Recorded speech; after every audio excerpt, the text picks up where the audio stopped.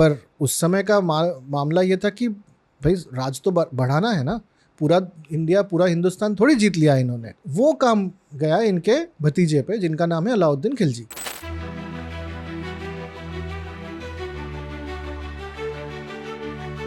ना तैयारी के साथ क्यों खड़ा है, मैं तो भेंट करने जा रहा हूँ।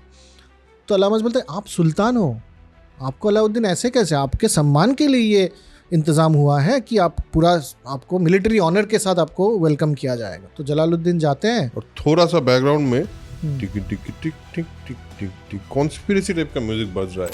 कौन आते हैं मुल्तान से? इंज़ाम उल हक है मुल्तान से, जहाँ पे सहवाग ने 300 किया था।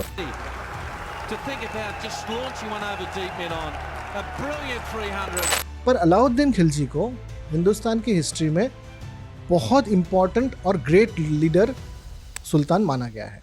ये पहले वो इंसान थे जिन्होंने कहा था कि धर्म और गवर्नमेंट दोनों अलग है। 8,000 लोगों को ये पकड़ लेते हैं और सबका सर कलम कर देते हैं।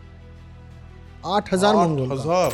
गेम ऑफ थ्रोन्स में भी पहला जो सीजन है उसमें दिस वाज वेरी इंपॉर्टेंट कि सर कलम कर देना। पर अलाउद्दीन खिलजी अटैक करते हैं सोमनाथ में और फिर लूटते हैं। लेकिन ये दोनों बहुत करीब थे। The Malik Kafur was more closer to Alauddin Khilji than any of his wives. अच्छा, ठीक है।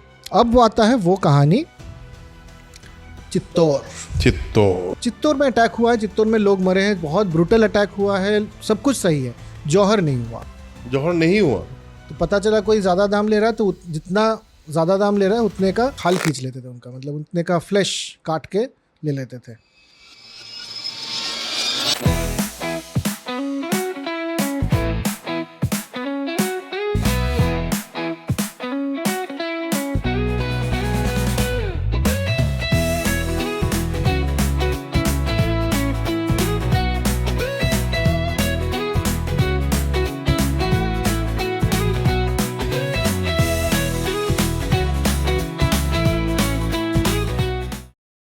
Welcome to Bakar Bong. मेरा नाम है अरुण अबो और मेरे साथ है प्रेमाशीष। हम करते हैं बातें काफ़ी सारे विषयों पर और इस चैनल का नाम है बकर बोंग, क्योंकि 2 बोंग मिलके करते हैं बकर। और ये जो बकर है वो ऐसा भी नहीं है कि बहुत एकदम वैल्यूलेस बकर है। इस बकर में से थोड़ा वैल्यू भी निकल सकता है, जैसे कि आज हम बात करेंगे खिलजी डायनेस्टी को लेके। हाँ, मैंने वैल्यू निकल सकता है, ज़रूरी नहीं है कि निकले। ज़रूरी नहीं है, आप निकाल सकते हो तो निकालिए, क्योंकि हम बात तो कर रहे हैं हिस्ट्री को लेके। हिस्ट्री को जानने का इंटरेस्ट हर किसी को होता है। तो हिस्ट्री का बहुत सारा पार्ट है इंडिया का, बहुत सारे डाइवर्शंस है, पगडंडिया और पहलू। हाँ, पगडंडिया है, यहाँ से इधर से बंगाल का हिस्ट्री, इधर से बिहार का हिस्ट्री, इधर से सदर्न पार्ट का हिस्ट्री, मराठा का हिस्ट्री, इतने सारे हिस्ट्रीज है, मुगल का हिस्ट्री। लेकिन एक बहुत इम्पोर्टेंट टाइम पीरियड है जो कि दिल्ली सल्तनत पीरियड है। तो उसमें हमने बात किया है कि मोहम्मद घुरी जो पहली बार गजनी से आए, महमूद आए, घुरी आए और आके लूट के चले गए। उसके बाद आए अपना दाश या क्या बोलते हैं, स्लेव डायनेस्टी, जिसको मामलुक डायनेस्टी भी कहते हैं। मामलुक आए, मामलुक ख़त्म हुआ बलवन और उसके बाद कायकोबाद तक।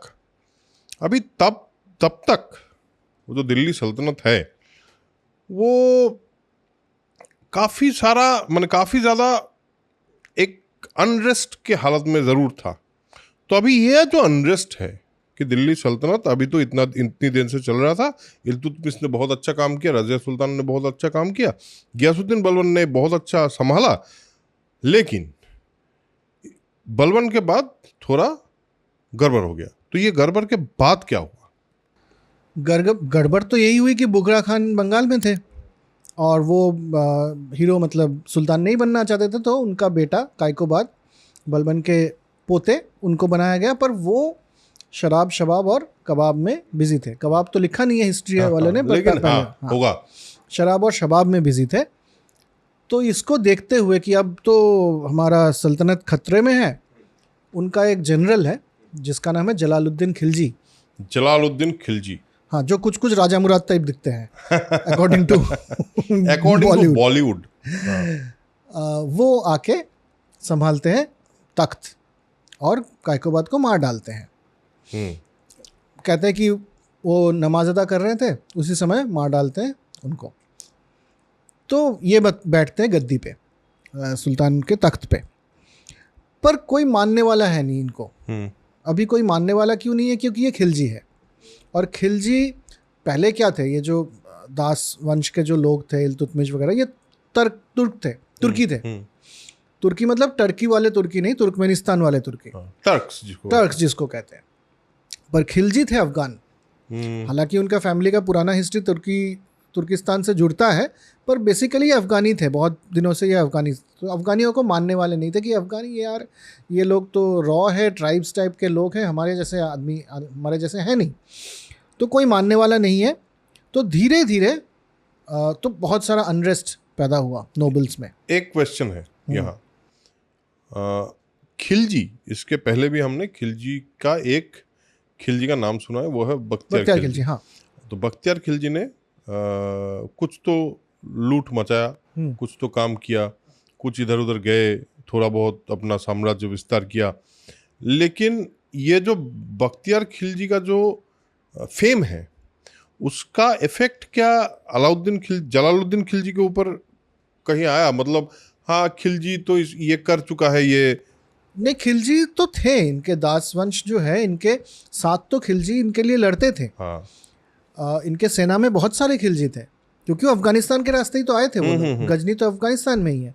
पर खिलजी कोई हमारा सुल्तान बन जाएगा, ये बेसिकली दो क्लैन में, दो ट्राइब में लड़ाई हो रही है।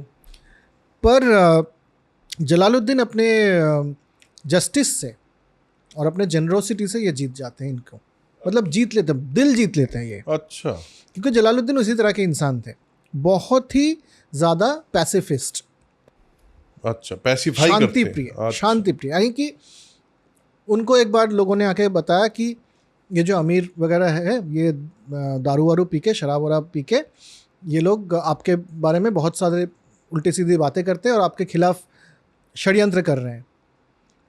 और जलालुद्दीन कहते हैं हाँ, शराब पी के लोग उल्टा सीधा बात करते हैं, मतलब उनके खिलाफ कोई एक्शन लेना ऐसी उनकी ये नहीं थी।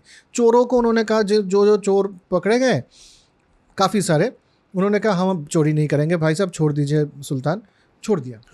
हाँ, इस तरह के थे। अच्छा। तो एक जैसे बलबन के ही एक भतीजे थे, मलिक छज्जू कारा जो है, कारा के नवाब थे, तो वो रेबल बन गए और सुल्तान को नहीं मानेंगे वगैरह वगैरह हुआ। तो बलबन गए, उनको मतलब बलबन के फोर्स गया, उनको पकड़ के, उनको हराया और पकड़ के ले आए यहाँ पे उनके सामने। उनको देख के रोने लगे जलालुद्दीन। आप बलबन के परिवार से हैं और आपको चेन्स में ऐसे मतलब अरेस्ट करके बंदी बना के ले आए, ये मैं देख ही नहीं पा रहा हूँ। नीचे उतर आए अपने तख्त से और उनको नहीं, छुड़ाओ ये सबको, आप आइए हमारे साथ अंदर चलिए, हम बैठ के खाना खाते, समझते हैं कि आपको क्या दिक्कत क्या है। बाप रे, तो ये ज़्यादा ही कोमल नहीं थे? इतने कोमल थे ये कि इनके जो साथ के लोग थे ये इनसे बहुत नाखुश थे कि इतना कोमल बन के कोई राज कैसे कर सकता है। पॉइंट तो वही है। जैसे रणथंबोर राजस्थान में, वहाँ पे ये गए अटैक करने और अटैक किया नहीं किले पे कि नहीं बहुत लोग मर जाएंगे। हाँ, और बहुत जगह पे अटैक नहीं किया जलालुद्दीन ने। ये तो अच्छा आदमी था लगता है। हाँ, थोड़े बहुत तो ठीक ही थे, इतना तक तो ठीक ही लग रहा है। इतना तक तो ठीक ही था। हाँ। कहते कि अच्छा, मैं अपने साम्राज्य को विस्तार करने के लिए मुस्लिम का खून बहाना पड़ेगा, तब तो मैं नहीं करने वाला हूँ। अच्छा, ये उनका आइडिया था। पर बहुत ऑर्थोडॉक्स भी थे धर्म के मामले में। जैसे सिद्धमौला करके एक दरविश थे, दरविश मतलब सूफी। हाँ, उनको मरवा दिया था हाथी के नीचे। क्यों? अच्छा, सूफीज़म इस्लाम के खिलाफ है। हाँ, मतलब इनको लगता था कि सूफीज़म इस्लाम के खिलाफ है। मंगोल तो अटैक किए जा रहे हैं। उनका जो प्रॉब्लम है वो ख़त्म नहीं हो रहा है। मंगोल्स ने अटैक किया, इन्होंने पकड़ा बहुत सारे मंगोल्स को और उनको कहा कि नहीं, आपको छोड़ देंगे, आप इस्लाम कबूल कर लो। बहुत सारे मंगोल जो है, ये चंगेज़ खां के लोग जो है, चंगेज़ खां तो मर गए थे बट इनके वंशज, ये लोग इस्लाम कबूल करते, तो यहाँ से मंगोल्स इस्लाम मुस्लिम बनना शुरू होते हैं। अच्छा अच्छा अच्छा। इनको नया मुस्लिम बोलते थे। इनके बोले कि इनको फिर ज़मीन भी दिया कि आप दिल्ली में आकर रहो ना, जागीर वागीर ले लो, यहाँ पे अच्छे से रहो ठीक से, ये अटैक वटैक करके लूट मार क्यों, अब तो आप मुस्लिम बन गए, नए मुस्लिम हो। तो इनको नया मुस्लिम बोला जाता था। तो जो अलाउद्दीन खिलजी के टाइम पे बहुत सारे इनको मारा भी था, तो उसमें बाद में आएंगे। एक मंगोल के मतलब बेटी थी, चंगेज़ खां के एक वंशज की बेटी से शादी वादी होता है। तो ये सब ये लोग कर रहे हैं ये, तो यहाँ तक ठीक है। तो लड़ना इनको पसंद नहीं है, खुद जाके तो लड़ेंगे नहीं, पर उस समय का मामला ये था कि भाई राज तो बढ़ाना है ना, पूरा इंडिया पूरा हिंदुस्तान थोड़ी जीत लिया इन्होंने। वो काम गया इनके भतीजे पे जिनका नाम है अलाउद्दीन खिलजी। अच्छा, ये इनके अंडर ही थे, जलालुद्दीन के अंडर ही थे, जो करीब करीब देखने में रणवीर सिंह की तरह है। तो नहीं, बॉलीवुड में बहुत ही अजीब दिखाया है इन लोगों को। हाँ हाँ, वो ठीक है ड्रामा के लिए, लेकिन फैक्ट्स भी बहुत गलत है। हाँ, तो अलाउद्दीन जाते हैं और देवगिरी जीतते हैं। देवगिरी एक बहुत बड़ा, वरंगल जो है आज के डेट में, वरंगल के पास कहीं जगह है देवगिरी। तो देवगिरी जीत लेते हैं और बहुत सारा माल जो है ये लूट लेते हैं। अच्छा, इससे पहले ये मलवा जीत चुके थे। मालवा जीतने के बाद बहुत खुश हो गए जलालुद्दीन कि मालवा जीत के आ गए आप हमारे लिए, तो औध आप ले लो।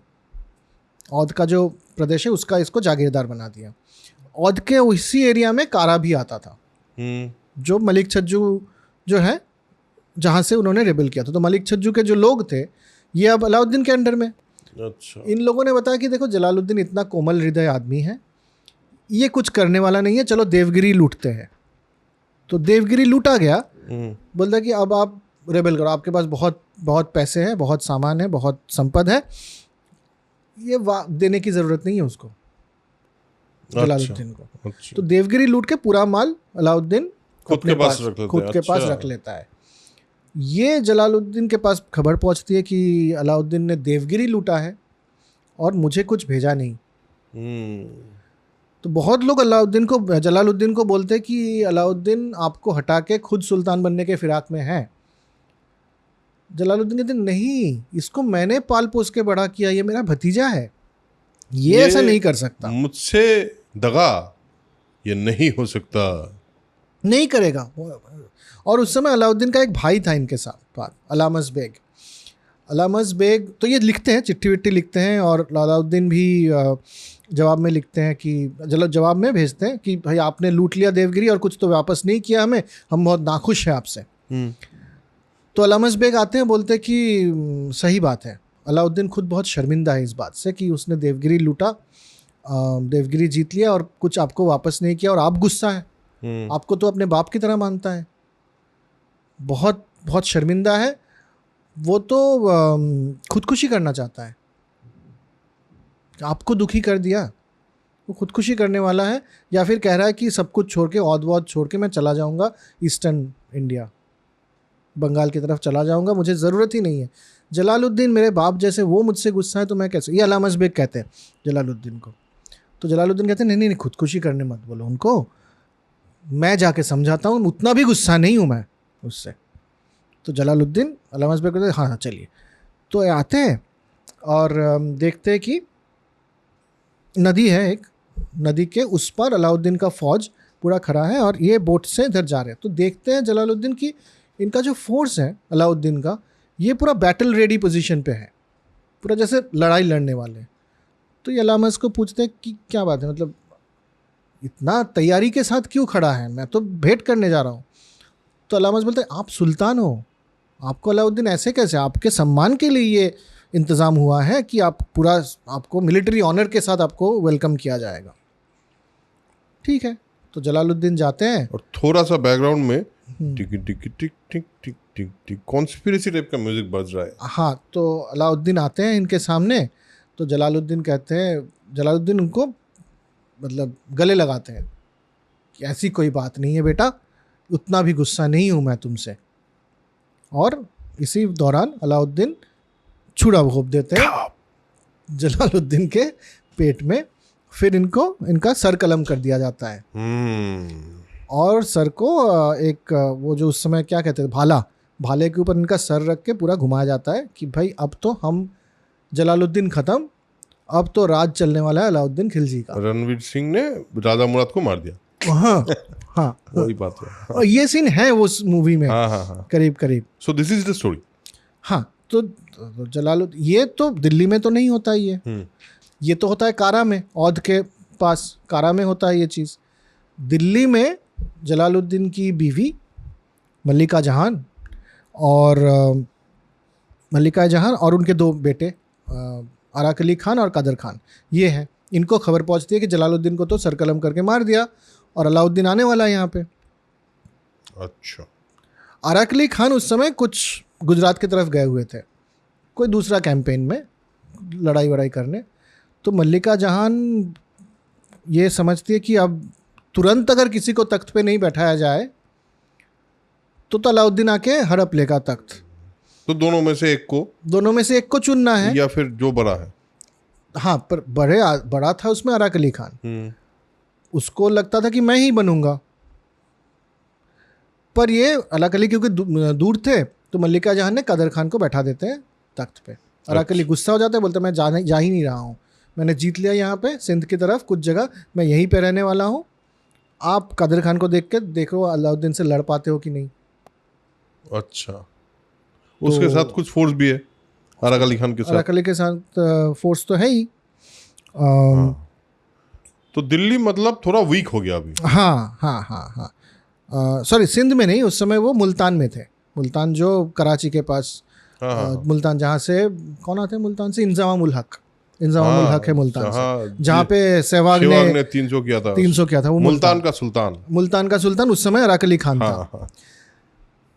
तो अलाउद्दीन खिलजी धीरे धीरे आगे बढ़ते हैं दिल्ली की तरफ, और तो कादर खान का मतलब मल्लिका जहान ने कादर खान के अगुवाई में पूरा सेना भेजते हैं। अलाउद्दीन को पता है कि सेना जो है इसको मैं खरीद सकता हूँ, क्योंकि ये जो आ रहे थे औध से दिल्ली की तरफ, इन्होंने मतलब पैसे बांटे लोगों में। देवगिरी जीता हुआ था तो बहुत पैसे थे इनके पास, देवगिरी के जो हिंदू राजा हैं उनसे बहुत पैसे लूटा था इन्होंने। हाँ, तो वो सब में बांट रहे थे, और जब कादर खान के सोल्जर्स आए इनको भी इन्होंने खरीद लिया। अच्छा, ठीक है। ऑलरेडी वीक फोर्स और भी वीक बना। हाँ, हर एक सेना, हर एक फौज का एक इंसान जो कादर खान के फौज से अलाउद्दीन के फौज में ज्वाइन करेगा, उसको 300 स्वर्ण मुद्रा दे रहे थे। 300? हाँ, 300 टंका। बाप रे। और रास्ते में इन्होंने 20 से 40 मन सोना बाकी लोगों को दिया। तो जब तक ये दिल्ली पहुंचे अलाउद्दीन खान, तो कादर खान का फोर्स कुछ रहा नहीं, और इनके पास कुछ 50,000 की फौज थी अलाउद्दीन के पास। तो अलाउद्दीन आके बैठ जाते हैं कादर खान को दिल्ली में बैठ जाते हैं। तो कादर खान भाग आते हैं, मल्लिका जहान चली जाती है कादर खान को लेकर अराकली के पास मुल्तान में। तो आके दिल्ली में सुल्तान बनते अलाउद्दीन, और फिर वो जाते हैं अपने फौज को भेजते हैं मुल्तान कि इनको मारो। तो जाके वो अराकली और कादर खान को मार देते हैं। हाँ, तो जलालुद्दीन का लाइन खत्म, अलाउद्दीन खिलजी बनते हैं अभी सुल्तान। तो खुतबा उतबा पढ़वा देते हैं, कॉइन्स अपने नाम पे छप देते हैं। ये आप लोगों को पता होगा, बहुत लोगों को, फिर भी बता देते हैं कि उस समय जो सुल्तान आप कैसे बने, कैसे माना जाएगा। आज की तरह कोई साइन तो होता नहीं था कि राष्ट्रपति आके आपको शपथ ग्रहण वहन नहीं।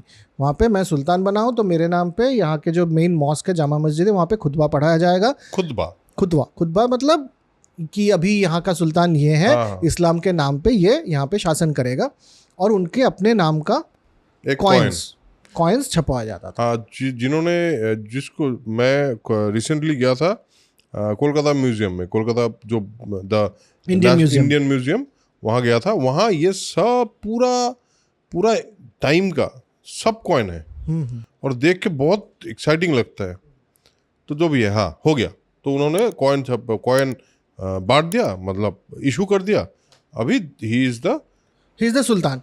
सुल्तान लेकिन हिंद। वो 40 लोगों का और अमीर उमरा उनका सपोर्ट तो ज़रूरी है। बिना उसके आप कैसे सिर्फ मिलिट्रीली तो आप जीत नहीं सकते। उनको तो फिर जलालुद्दीन से आपने तो धोखे से मारा है ना जलालुद्दीन हाँ, को, तो उनको तो आपके पाले में आना पड़ेगा, आपके टीम में ज्वाइन करना पड़ेगा। वो जो 40 का सिस्टम था। हाँ, तो इन लोगों को वही जो 20 से 40 मन सोना और भी बहुत सारे हीरे जवाहरात देके इन लोगों को खरीदा गया। ये जो अपना सीक्रेट सोसाइटी टाइप का है, जो एडवाइजर सोसाइटी है, उनको खरीदा गया। गया। तो वो फिर आ गया अलाउद्दीन के टीम में। और क्योंकि उन्होंने ये माना था, मतलब मान्यता दी थी कि अलाउद्दीन अभी सुल्तान बनने के लिए हम मान्यता देते हैं इसको, तो वो हमेशा चाहते थे कि अलाउद्दीन मेरे कंट्रोल में रहे, हमारे कंट्रोल में रहे। 2 साल के अंदर अलाउद्दीन उन सबको या तो मरवा देते हैं या फिर जेल में डाल देते हैं, और जो भी पैसा दिया था उनको वो सब ले लेते हैं उनसे। अच्छा। क्योंकि अलाउद्दीन को ये पता था कि जो पैसे के लिए एक बार जलालुद्दीन से गद्दारी कर सकता है, वो कुछ और पैसे देगा तो मेरे से भी गद्दारी कर सकता है। एकदम। सिर्फ 3 लोगों को उन्होंने रखा था, वो जो अमीर उमरा थे उनसे 3 लोगों को उन्होंने छोड़ दिया था जिन्होंने कभी पैसे नहीं लिए थे अलाउद्दीन से। अच्छा। कि ये तो सही में हमारे लॉयल हैं। हाँ, मतलब करप्ट जो नहीं है वो 3 लोग बच गए। हाँ, वो 3 लोग बच गए।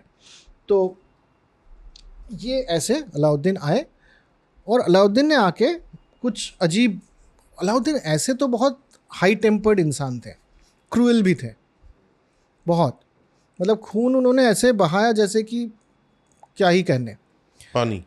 हाँ, और अनपढ़ थे।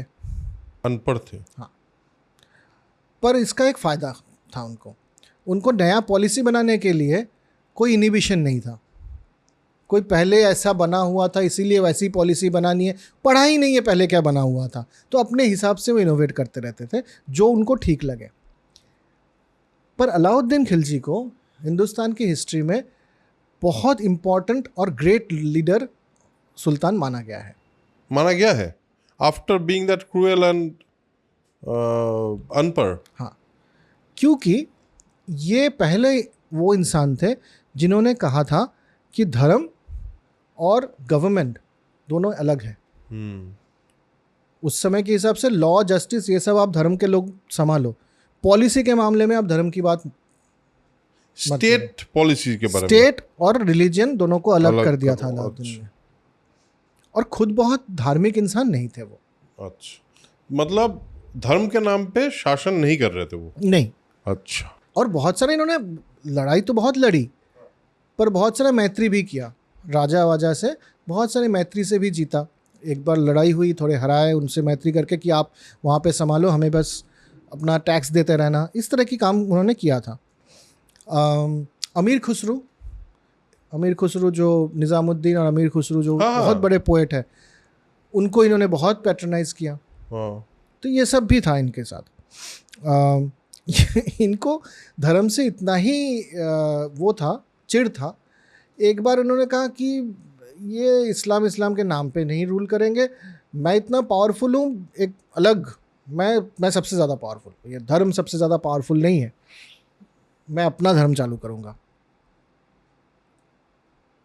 हाँ, तो कोई काजी आके बताता है कि भाई ऐसे नहीं होता है, ऐसे नहीं करो, ये सब बातें मत करो, तुम अपने हिसाब से पॉलिसी चलाओ ना, सरकार जो है वो अपने हिसाब से चलाओ, कोई तो यहाँ पे आ नहीं रहा है, पर धर्म को ऐसे मतलब ये मत करो, आप उसको टोको मत, नहीं तो बाकी सब बहुत गुस्सा हो जाएंगे, फिर आपको चलाना मुश्किल हो जाएगा। तो अलाउद्दीन ने सुना, बोला अच्छा ठीक है, आज के बाद ये बात नहीं करूँगा मैं कि मैं धर्म चालू करने वाला हूँ, मैं धर्म से बड़ा हूँ, ये सब बात नहीं करना है। दूसरा, इनको इतना पैसा, इतना सब कुछ, इनको लगा मैं दूसरा अलेक्जेंडर बनूंगा, दुनिया जीतूंगा। फिर मैं अपना नाम भी रखते सिकंदर सानी, सिकंदर यानी अलेक्जेंडर, सेकंड अलेक्जेंडर। बाप रे, अच्छा, दुनिया तो जीतना है, दुनिया जीतना है मुझे, वो अफगानिस्तान के रास्ते जाके मैं बाकी पूरा जीतूंगा।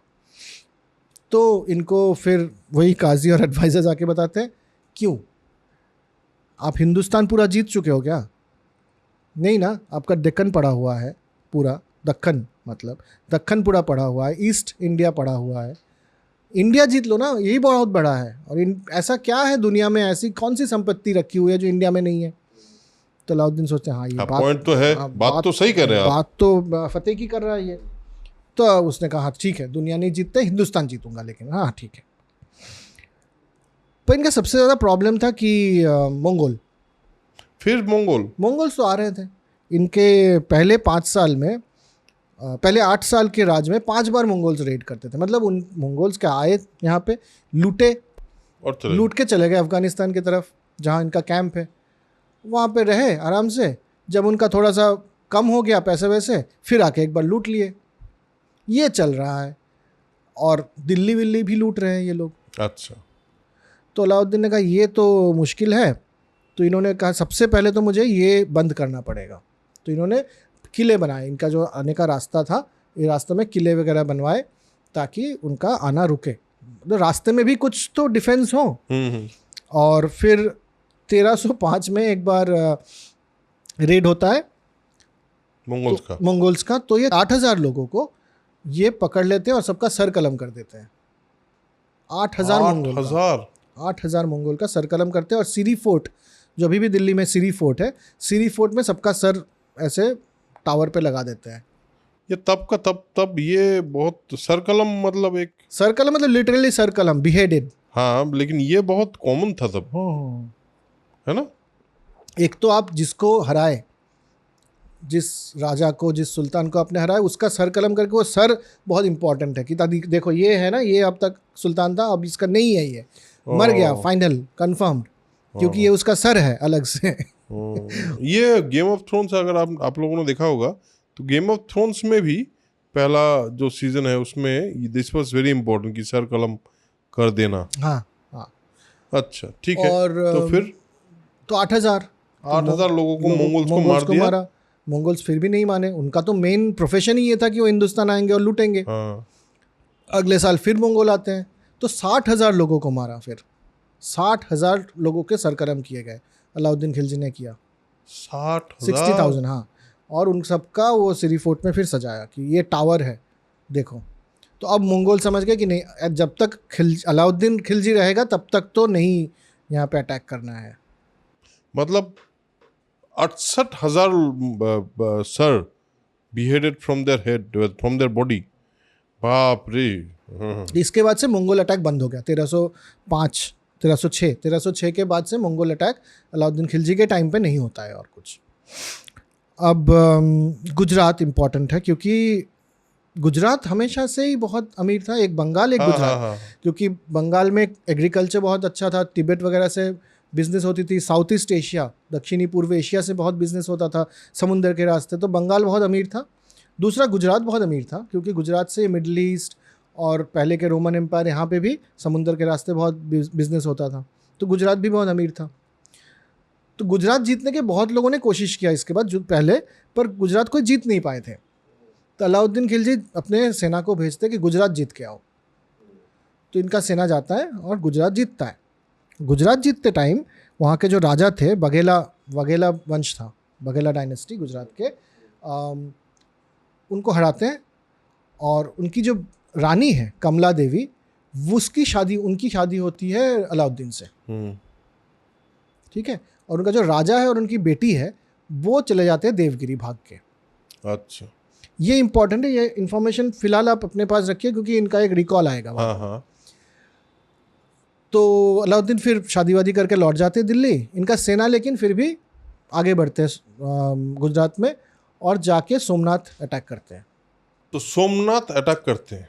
हाँ। तो ये सोमनाथ पर तो मतलब बहुत सारे अटैक के बाद, हाँ, वो गजनी के महमूद ने अटैक किया था, उसके बाद ये बड़ा अटैक है। मंगोल्स ने अटैक किया कि नहीं हमें नहीं पता। हाँ। मुझे नहीं पता, आप लोगों को पता है तो बताइए। पर अलाउद्दीन खिलजी अटैक करते हैं सोमनाथ में, और फिर लूटते हैं। और वहाँ का जो मेन जो ये है मूर्ति है, उसको इनका सेना जो है लूट के ले जाते हैं दिल्ली जामा मस्जिद के स्टेप्स में रखने के लिए। अब ये बात तो सही है कि अलाउद्दीन खिलजी के टाइम पे ये अटैक हुआ था, पर मैंने जो बताया वो भी सही है कि अलाउद्दीन खिलजी को धर्म से कोई वास्ता ही नहीं था। अगर वो खुद रहते, उनको वो मूर्ति आया कि नहीं आया, तोड़ा कि नहीं तोड़ा, इससे कोई मतलब होने वाला नहीं था। तो पॉइंट जो लीड कर रहा था वो टीम को, उसके लिए वो मैटर कर रहा होगा। अलाउद्दीन खिलजी का भी ये रहा होगा कि ऐसा एक कुछ मोटिवेशन दे हम। हाँ। तो सेना हमारी जो है लूट के लाएगी। हाँ, तो उनमें वो जज्बा रहेगा कि हाँ कुछ तो हम सिर्फ पैसे के लिए नहीं कर रहे, कुछ तो अपने ईमान धर्म के लिए भी कर रहे हाँ, हैं। क्योंकि बाबर के टाइम पे हमने सुना था एक स्टोरी कि सेना को मोटिवेट करने के लिए बार बार धर्म का सहारा लिया गया है। हाँ, वो ज़रूरी था, पर यह सच है कि अलाउद्दीन खिलजी के टाइम पे ये अटैक होता है। हाँ। और ये समझना भी ज़रूरी है कि अलाउद्दीन खिलजी उस अटैक में खुद नहीं थे, क्योंकि जब ये वापस आते हैं इनका सेना तो इनके लिए गिफ्ट लाते हैं, और वो गिफ्ट भी बहुत इंपॉर्टेंट है जिसका नाम है जिम सराफ। हाँ? ओ अच्छा। यानी मालिक काफूर। हाँ। मालिक काफूर अलाउद्दीन खिलजी के लिए बहुत इंपॉर्टेंट एक इंसान थे। मालिक काफूर एक थर्ड जेंडर के ये थे स्लेव थे, पर मालिक काफूर को जब लाके और बहुत ही मतलब कीमती स्लेव थे, इनको पकड़ के ले आए थे वहाँ से, गुजरात से। वो कन्वर्ट थे। मालिक काफूर पहले हिंदू थे, फिर उनको इस्लाम में कन्वर्ट किया गया। जब अलाउद्दीन खिलजी के पास लाया गया तो काफूर को देख के बहुत इम्प्रेस्ड हो गए। ये जो अलाउद्दीन खिलजी है, इतना सुंदर और इतना पुरुष तो नहीं, बट मतलब इतना सुंदर और मतलब वेल बिल्ट, सारे क्वालिटीज़ हैं। तो मालिक काफूर के मतलब बहुत अच्छे दोस्त थे अलाउद्दीन खिलजी। फिलहाल हम दोस्ती ही कहेंगे, उससे ज़्यादा उनका कोई रिलेशन था कि नहीं, इसके बारे में ऐतिहासिकों में मतभेद है। लेकिन ये दोनों बहुत करीब थे। मतलब Malik Kafur was more closer to Alauddin Khilji than any of his wives. अच्छा। ठीक है। तो इसके बाद वो रणथंभौर जीतते हैं, जो जलालुद्दीन ने रोका हुआ था। तो रणथंभौर जीत लेते हैं अलाउद्दीन। ये रणथंभौर की कहानी इसलिए इम्पॉर्टेंट है कि जब रणथंभौर का कैंपेन चल रहा था तो इनका एक भतीजा था जिसका नाम था अकद खान। अकद खान इनको मारने के लिए आतुर हो जाता है। तो ये कुछ शिकार विकार करने के लिए शेर का शिकार करेंगे, इसलिए अलग से बैठे हुए थे अलाउद्दीन खिलजी। और अकद खान घोड़े पे आके इनको तीर चलाते हैं इनके ऊपर अकेले, और अलाउद्दीन खिलजी गिर जाते हैं बेहोश होके। अकद खान को लगता है कि ये मर चुका है। तो कैंप में लौट के बोलते हैं कि मैंने अलाउद्दीन खिलजी को मार दिया। और ये फिर राजा बनने की तैयारी में थे, सुल्तान बनने की तैयारी में थे। अलाउद्दीन खिलजी के अपने जो वफादार हैं वो इनको संभालते हैं। काफ़ी मतलब शाम तक इनकी होश आती है इनको, और इनको लगता है कि अकद खान ने अब तख्त लूट लिया है, अभी जाएंगे तो मैं मारा जाऊंगा। पर फिर भी ये जाते हैं और अकद खान को मार डालते हैं। तो ये जो एक बगावत होती है अकद खान की, वो भी रणथंभौर कैंपेन के दौरान होता है। ये भी मूवी में है।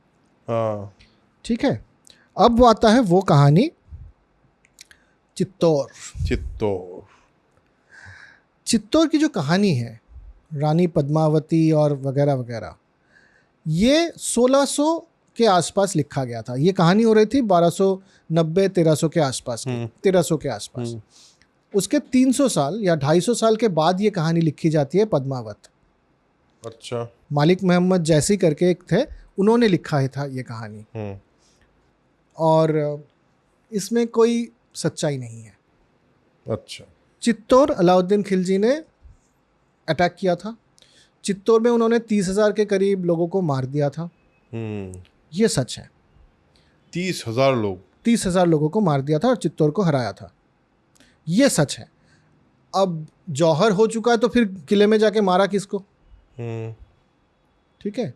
और अलाउद्दीन खिलजी, जिसका मालिक काफूर से ऐसा रिलेशन है, ठीक है, जिनका पूरे हिस्ट्री में, उनके अपने हिस्ट्री में किसी भी रानी के साथ वैसा कोई रोमांटिक रिलेशनशिप नहीं था उनको। मतलब he was almost a homosexual और अ बाइसेक्सुअल। वो एक रानी को देखने के लिए ऐसा कुछ करेंगे, ये मानने वाली बात नहीं है।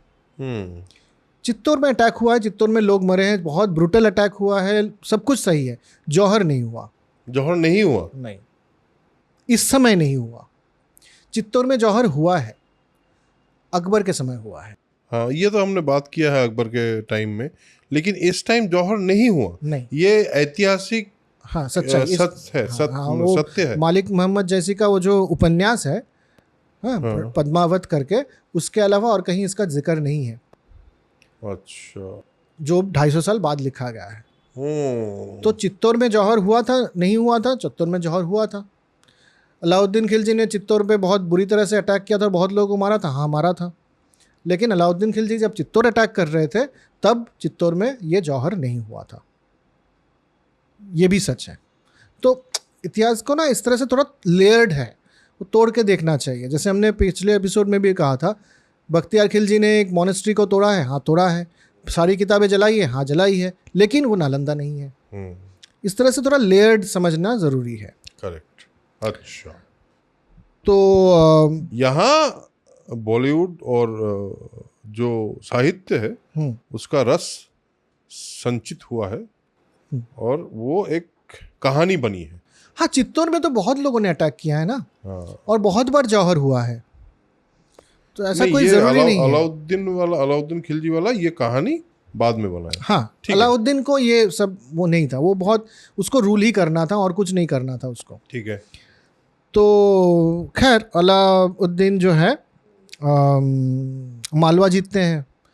अलाउद्दीन क्या, काफूर जीतते हैं एक्चुअली मालवा। काफूर योद्धा भी था। काफूर बहुत बड़ा योद्धा था। अलाउद्दीन का जितना दक्खन में एक्चुअली पहला जो रेड होता है सुल्तानी पीरियड का, वो काफूर करते हैं। अच्छा। अलाउद्दीन के नाम पे। अच्छा। तो अलाउद्दीन का और दिल्ली सल्तनत का परचम जो दक्षिण में पहुंचा वो काफूर के थ्रू पहुंचा। अच्छा। अलाउद्दीन खुद नहीं गए थे। काफूर इस तरह से जीतते हैं। और यहाँ पे एक अजीब कहानी होती है जो अमीर खसरू लिखते हैं, आशिका करके एक उनका लिखा हुआ है। कमला देवी जो गुजरात की रानी थी, जिनके साथ अलाउद्दीन की शादी हुई थी, इनकी बेटी देवल देवी, जो राजा कर्ण उनके पहले पति गुजरात के, और देवल देवी उस समय बच्ची थी। तो राजा कर्ण और देवल देवी चली जाती है देवगिरी, ठीक है, भाग के। कमला देवी तो यहाँ है अलाउद्दीन के साथ। अब काफूर जो है ये अटैक करने वाला है देवगिरी वारंगल के पास। तो कमला देवी इनको बोलती है कि आप जाओ पर मेरी बेटी को लेके आओ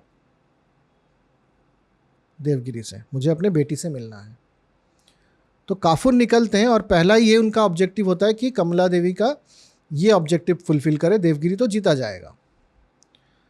और तब तक राजा कर्ण जो है इनका हाथ दे चुके थे देवल देवी का देवगिरी के राजकुमार से। अच्छा, ऑलरेडी सगाई लेवल तक पहुंच चुका था। 13 साल की थी। तो इनको जब शादी के लिए ले जा रहे थे, उसी रास्ते में फिर काफूर आके अटैक करते हैं और देवल देवी को रेस्क्यू करके दिल्ली ले आते हैं। और दिल्ली में देवल देवी का एक प्यार होता है फिर अलाउद्दीन की एक बेटे के साथ। दूसरे रानी से एक बेटे थे, खिजर खान के साथ एक प्यार मोहब्बत का रिश्ता होता है। और फिर अमीर खुसरो बहुत सारा कुछ लिखता है, ultimately both of them get married. तो ये एक कहानी होता है। और यही वारंगल वगैरह में जब जाते हैं तो काफूर एक चीज़ ले आते हैं अलाउद्दीन के लिए, एक हीरा। अच्छा, क्या ये कोहिनूर है?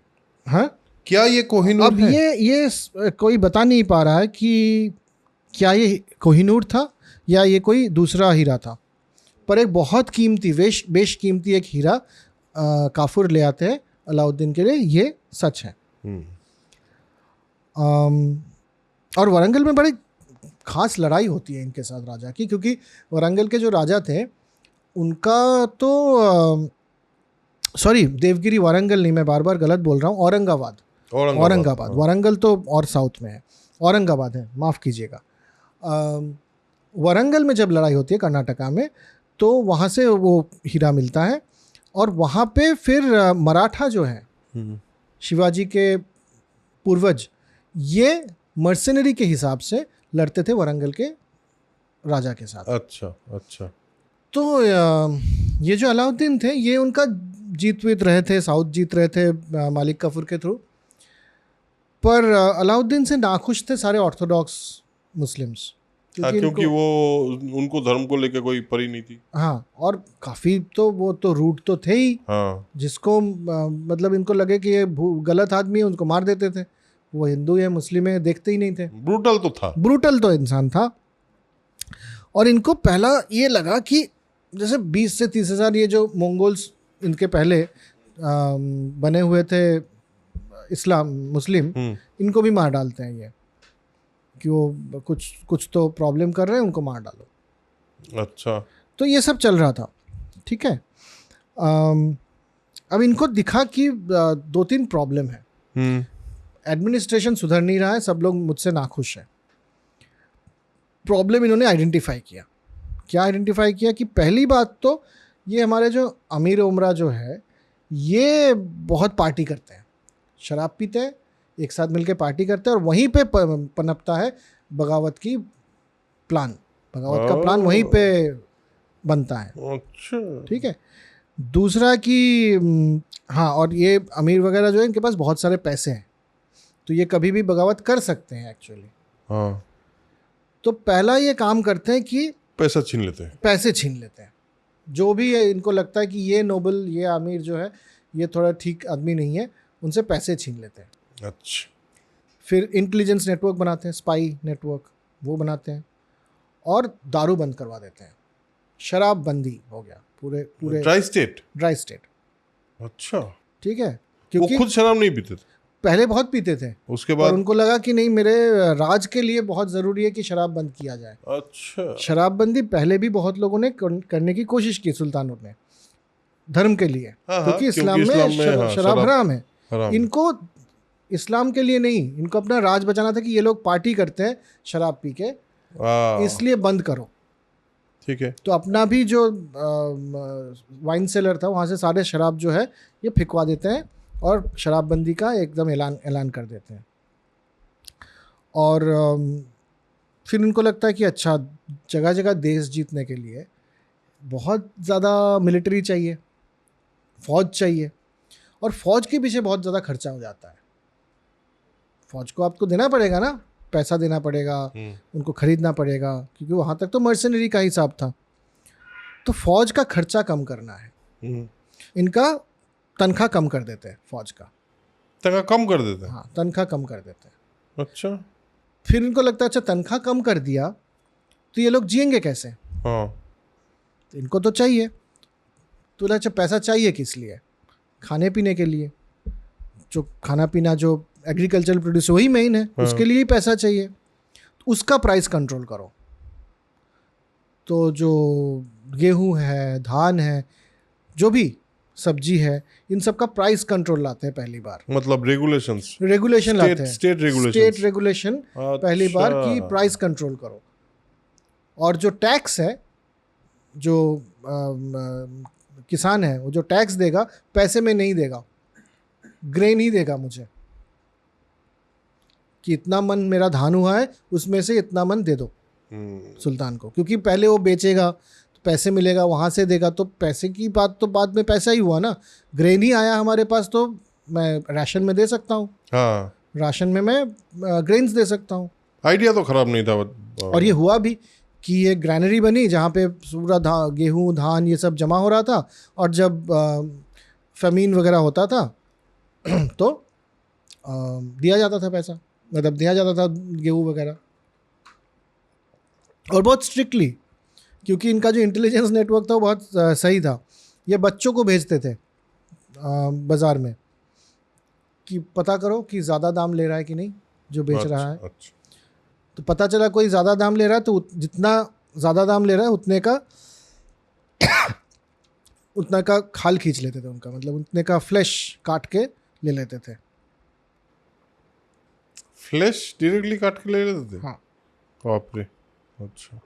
तो लोग डर गए कि भाई ये नहीं हो सकता, इनके राज में तो दाम वाम ज़्यादा नहीं ले सकते। ठीक है। और दूसरी बात, अलाउद्दीन खिलजी हिंदुओं के लिए कैसे थे, क्योंकि मुस्लिम राजा थे। इनको एक चीज़ दिखा कि जो हिंदू लोग हैं ये सुल्तानी मेरा बात मानते नहीं हैं, और बगावत का सोच इन लोग पालते हैं। अच्छा। और ये इसलिए क्योंकि इनके पास बहुत पैसे हैं, क्योंकि बिजनेस कम्युनिटी तो हिंदू थे, अच्छा, तो इनसे पैसे ले लो, इनसे ज़मीन ले लो। जिनके पास पैसे ही नहीं रहेंगे तो ये मानेंगे। तो ये मानेंगे। तो अत्याचार हुआ, पर धर्म के लिए नहीं, क्योंकि वो बगावत करने वाले थे, इसलिए कंट्रोल कर दिया उन लोगों को।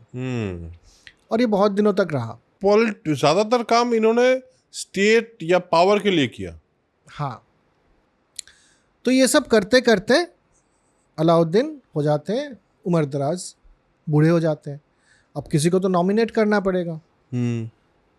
तो इनकी जो मल्लिका जहान थी, जो खिज़र खान की माँ थी, जो कमला देवी नहीं, खिज़र खान की माँ, खिज़र खान की माँ और उनका भाई अल्प खान, ये दोनों मिलके कान भरते हैं अलाउद्दीन का और खिज़र खान को नॉमिनेट कराते हैं। अच्छा, तो खिज़र खान बनने वाले हैं अगले सुल्तान। मालिक कफूर आते हैं वापस। अलाउद्दीन काफ़ी बीमार है उस समय। मालिक कफूर कहते हैं कि ये खिज़र खान मुझे पसंद नहीं है, अल्प खान तो बिल्कुल पसंद नहीं है, और यहाँ पे जो राजनीति चल रही है मैं इससे नाखुश हूँ। मुझे आप दक्खन भेज दो, मैं और कुछ जगह आपके लिए जीत के लाता हूँ, मुझे दिल्ली में मत रखो, मुझे इनसे पाला पड़ना अच्छा नहीं लगता। तो चले जाते हैं काफूर वहाँ पे और जीतने के लिए। फिर अलाउद्दीन और बीमार पड़ते हैं, तो काफूर आते हैं वापस और कहते हैं कि लास्ट के 6 महीने अलाउद्दीन की ज़िंदगी का सिर्फ काफूर थे इनके साथ, और कोई नहीं था। अच्छा, तो अलाउद्दीन जब मर जाते हैं तो काफूर एक वसीयत दिखाते हैं कि ये इनका आखिरी वसीयत है बाकी लोगों को, जिसमें कहा जाता है कि रामदेव की मतलब बेटी, कमला देवी की बेटी, देवल नहीं बेटी, जिनको ये लेके आए थे काफूर, ठीक है, देवल देवी, और उनका जो बेटा उसके साथ शादी हुआ था अलाउद्दीन के बेटे के साथ, उनसे एक बच्चा पैदा हुआ। तो मतलब काफूर काफ़ी करीब थे कमला देवी का। और ये जो बेटी थी देवल देवी की, ये समझ में आता है। तो देवल देवी का जो बेटा था शिहाबुद्दीन, तो उस वसीयत में लिखते हैं कि ये शिहाबुद्दीन, वो बच्चा था उस समय 6-7 महीने का, इसको नॉमिनेट किया है अलाउद्दीन ने नेक्स्ट सुल्तान के लिए। हाँ, लेकिन अब तो छोटा है, क्या करे। तो काफूर के अंडर में तो शिहाबुद्दीन को बैठाया गया तख्त पे, और उनके नाम पे एक्चुअली काफूर चलाते थे राज। काफ़ी दिनों तक चला है। अच्छा, ये पसंद नहीं था किसी को, क्योंकि एक तो काफूर थर्ड जेंडर के हैं, दूसरा कि ये कन्वर्ट मुस्लिम थे काफूर, तो ये पसंद नहीं था इनको, किसी को भी पसंद नहीं था। पर काफूर ने वसीयतनामा दिखा दिया, अब क्या करोगे। तो शिहाबुद्दीन के नाम पे ये तो चल रहा है इनका। काफूर अब सोचते हैं कि भाई जब तक अलाउद्दीन के बाकी बेटे ज़िंदा हैं तब तक ये कंप्लीटली मेरा नहीं हो सकता। अच्छा, ठीक है, तब तक मेरा नहीं हो सकता, तो उनके बेटों को मारना पड़ेगा। तो एक के बाद एक ये मरवाते हैं। खिज़र खान को ये अंधा कर देते हैं। फिर एक दूसरा बेटा था मुबारक खान को मारने के लिए भेजते हैं लोग, जेल में बंद करते हैं, फिर मारने के लिए लोग भेजते हैं। जब लोगों को भेजते हैं, उनको प्यादे जो है उनको मुबारक खान समझाता है कि भाई मैं अलाउद्दीन का बेटा हूँ, आप मेरे उसमें आ जाओ और जाके काफूर को मार दो। तो यही जो आए थे इनको मारने, मुबारक खान को मारने, वो जाके काफूर को मार देते हैं। अच्छा, ठीक है, तो ये हुआ मालिक काफूर का अंत। हाँ, तो मालिक काफूर का ये अंत है। हाँ। तो मुबारक बनते हैं फिर सुल्तान, और सुल्तान बनने के बाद वो अलाउद्दीन के बेटे थे, उनको पता है जो लॉयल नहीं है, वफादार नहीं है, किसी एक का दूसरे का भी वफादार नहीं बन सकता। हाँ, तो उसको भी मार दिया। तो जो लोग काफूर को मारे थे उनको सबसे पहले मारा। शिहाब को अंधा कर दिया, शिहाब जो बच्चा था उसको अंधा कर दिया, और चल रहा है मुबारक खान का राज। तो मुबारक खान जो है ये था होमोसेक्सुअल। अच्छा, ठीक है, तो इनका एक पैशनेटली होमोसेक्सुअल एक गुजराती स्लेव था हसान करके। हाँ, हसान करके गुजराती स्लेव था, इनसे बहुत प्यार हो जाता है। हाँ, खुसराव, उसका नाम रखते खुसराव। तो अब इसके बाद हम हसान को हसान नहीं बोलेंगे, खुसराव बोलेंगे। खुसराव, हाँ। तो सारा पावर खुसराव के पास, यानी हसान के पास। हसान भी कन्वर्टेड हिंदू था, मतलब कन्वर्टेड मुस्लिम था। तो हसान को करे, हसान बहुत पसंद नहीं करता था, खुसराव इसको बहुत पसंद नहीं करता था, पर सुल्तान बना रहा है मुझे पार्टनर, मैं क्या ही बोलूँ। और उसके अंदर कुछ दिमाग में कुछ और चल रहा था। उसने अपने लोगों को लेके एक फ़ौज बनाई खुसराव ने। लोगों ने मना किया था मुबारक को, ये करने मत देना, ये गुजरातियों को लेके ही ये बना रहा है एक फ़ौज, ये करने मत देना इसको। पर मुबारक नहीं मानता, प्यार में अंधा हो चुका है इंसान, और वो खुद भी अय्याश था बहुत, समझ में ही आ रहा है। एक दिन रात को हसान यानी खुसराव और मुबारक सोए हुए हैं। प्लान करके हसान के लोग, जो ये फ़ौज है, ये लोग किले में घुसते हैं और मारकाट मचा देते हैं पूरी तरह से। जब मुबारक पूछते हैं खुसराव से कि ये क्या हो रहा है, क्या आवाज़ हो रही है, बोले कुछ नहीं, कुछ ऐसे ही कुछ झमेला हो रहा होगा। तो खुसराव, मुबारक निकलता है, देखता है कि पैलेस के इनके जो अपने बॉडीगार्ड वगैरह है सबको मार डाल चुका है हसान के लोग, और फिर इनको भी मार डालते हैं, मुबारक को भी मार डालता है। और खुसराव पूरे राजमहल में यानी किले में अपना राज कायम कर देता है। वो सुल्तान बन जाता है, सुल्तान बन जाता है। अच्छा।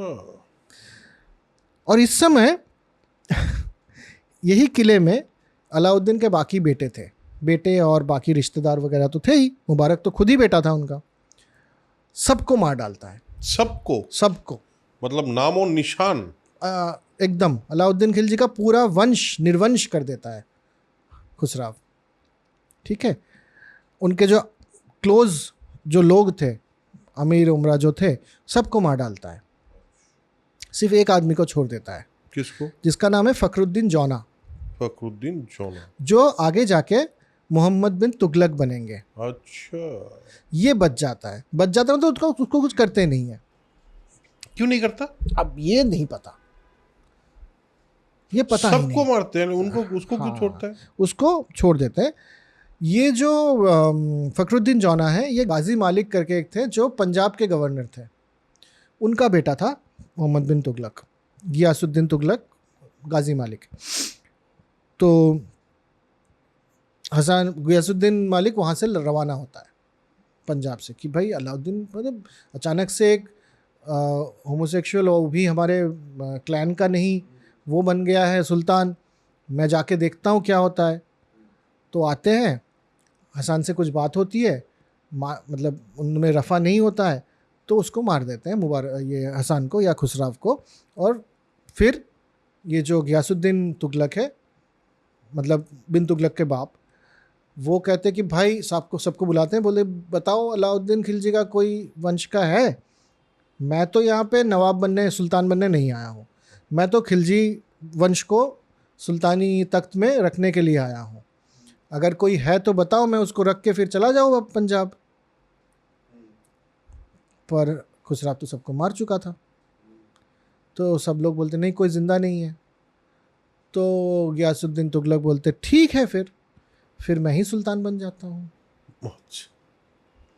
ऑप्शन तो है नहीं, मन नहीं है मुझे, पर मन नहीं है, बन जाते हैं। ठीक है, थोड़ा शासन कर लेंगे भारत हिंदुस्तान के ऊपर, ठीक है। हाँ, तो काफ़ी सारे लोगों का ये मानना है, और समझ में आ ही रहा है आपको भी, कि शायद खुसराव के साथ ये गियासुद्दीन तुगलक का कोई पहले से साठगांठ था, जो बाद में किसी रीज़न से। हाँ, मुझे ये भी लगा कि जब वो आए तो खुसराव ने कुछ किया नहीं, वो भी कुछ नहीं किए, और पूरे महल में सिर्फ उसके बेटे को जिंदा रखा। हाँ, और द पॉइंट इज कि वहाँ खुसराव को भी लगा होगा कि मारेंगे तो नहीं मुझे। हाँ, लेकिन फिर उसको लगा हाँ काम मेरा हो गया, अभी खुसराव को मार देता है, सब कुछ खत्म। हाँ, अच्छा, ये पॉलिटिक्स अच्छा खेला है उन्होंने। हाँ, पॉलिटिक्स खेल गया। हाँ, गणित कर गया बंदा, गणित कर गया। तो इसी तरह से खिलजी वंश खत्म होता है। बीच में थोड़े मालिक काफूर और कुछ दिन मुबारक और कुछ दिन हसन या खुसराव रूल करते हैं, लेकिन अल्टीमेटली खिलजी के बाद गियासुद्दीन तुगलक, जो कि मोहम्मद बिन तुगलक के पिताजी हैं, वो आते हैं और सुल्तान बनते हैं और शुरू होता है तुगलक डायनेस्टी। तुगलक डायनेस्टी, ये डायनेस्टी का जो चेंज होता है, हमारे दर्शकों को पता होगा कि डायनेस्टी का जब चेंज होता है हमारा एपिसोड भी ख़त्म होता है, और उसके बाद एक एपिसोड में हम जाएंगे ये तुगलक के बारे में बात करेंगे, और शायद तुगलक के साथ हम और भी कुछ तुगलक आएगा, उसमें तैमूरलंग का अटैक आएगा, उसमें फिर लोधी वंश आएगा, हाँ। और फिर सुल्तानी पीरियड का ख़त्म हो जाएगा, खात्मा होगा, और उसके बाद आएंगे मुगल्स के बारे में हमने बात किया है। बट ये जो पूरा लाइन ऑफ दिल्ली सल्तनत है ये शायद नहीं, अगले एपिसोड में ख़त्म ही हो जाएगा, अगले एपिसोड में ख़त्म हो जाएगा। और दूसरी बात है कि हम उसके बारे में भी सुनेंगे जो सबसे ज़्यादा खतरनाक सुल्तान था, फिरोज शाह, हाँ, जिन्होंने बहुत मारकाट मचाई थी, खासकर हिंदुओं के ऊपर सबसे ज़्यादा अत्याचार उन्होंने किया था। अच्छा, फिरोज शाह ने। अच्छा, ठीक है, ये भी फिरोज शाह सुनेंगे। तुगलक। फिरोज शाह तुगलक, और बिन तुगलक के बारे में तो क्या ही बताएं, उनके बारे में तो आपको पता है। फिर भी हम बताएंगे कि पागल वागल था नहीं वो इंसान, बहुत ही रूड और रॉ और खून पसंद इंसान था। अच्छा, तो वो सब कहानी अगले एपिसोड के लिए। ठीक है, तो फिर आज का एपिसोड यहाँ तक। मोहम्मद बिन तुगलक अभी तक सीन में नहीं आए, लेकिन उनके पिताजी आए, और मोहम्मद बिन तुगलक का नाम हमने सुना है, और ये तुगलक डायनेस्टी का शुरुआत है। ऑब्वियसली मोहम्मद बिन तुगलक ऑब्वियसली एक बहुत ही इंटरेस्टिंग कैरेक्टर है, उनके बारे में जानेंगे अगले एपिसोड में। आपको तब तक ये एपिसोड्स कैसे लग रहे हैं, कैसा कोई फीडबैक है अगर आपका, तो ज़रूर कमेंट में बताइएगा, और लाइक बटन जो है उसको अगर प्रेस करेंगे तो हमारे लिए बहुत सुविधा है। और सब्सक्राइब अगर नहीं किया है अभी तक तो सब्सक्राइब कर लो, क्या है, एक ही तो क्लिक है।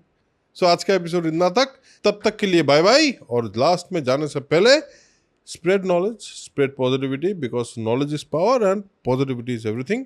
मिलते हैं अगले एपिसोड में, टाटा।